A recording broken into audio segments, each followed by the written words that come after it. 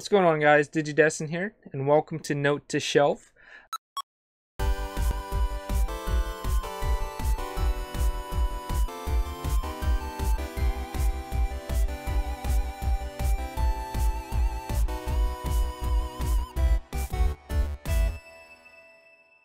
This is a nice little mini series I like to do.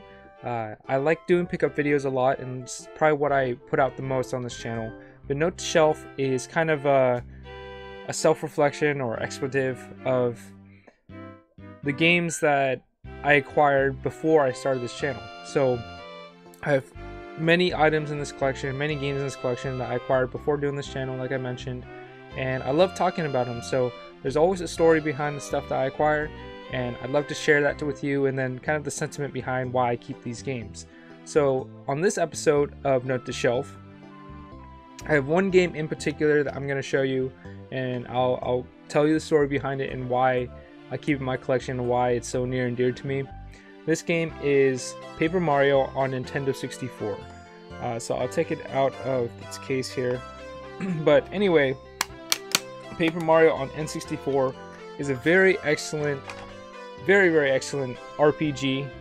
If you like Super Mario RPG on Super Nintendo, you probably love Paper Mario on Nintendo 64.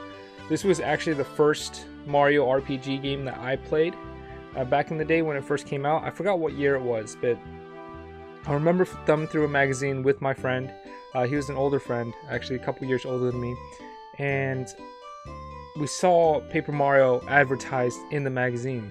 It was amazing. It looked so cool. The style of the design, or the design and style of the artwork and the ad and all that stuff really just sucked me in. I was so interested from the get-go. So as soon as this game came out and became available in stores, I did not buy it, but my friend and I actually went over to the Blockbuster, convinced my mom to take us over to the Blockbuster. We rented this game, and for 3 days we played it straight. And in those 3 days, because we were limited to a 3-day rental, in those 3 days we beat the game. I think that was the very first time that I've ever went to a Blockbuster, rented a game for 3 days, and beat it all in one sitting, especially it being an RPG. But we had so much fun with it. It was an absolute blast. Easily became one of my favorite games for the Nintendo 64, and that's one of the reasons why I keep it in my collection today. As for this copy specifically, I never owned it as a kid. This copy specifically came from eBay. I was about, I want to say I was 19 years old, sitting in class, and I was really bored, and this was right when I was getting started in collecting. So I was helping my friend track down some games on Craigslist, as this is back when Craigslist was super big in terms of picking up a lot of video game lots. But I was interested in getting into collecting myself, and so I wanted to start with some N64 stuff.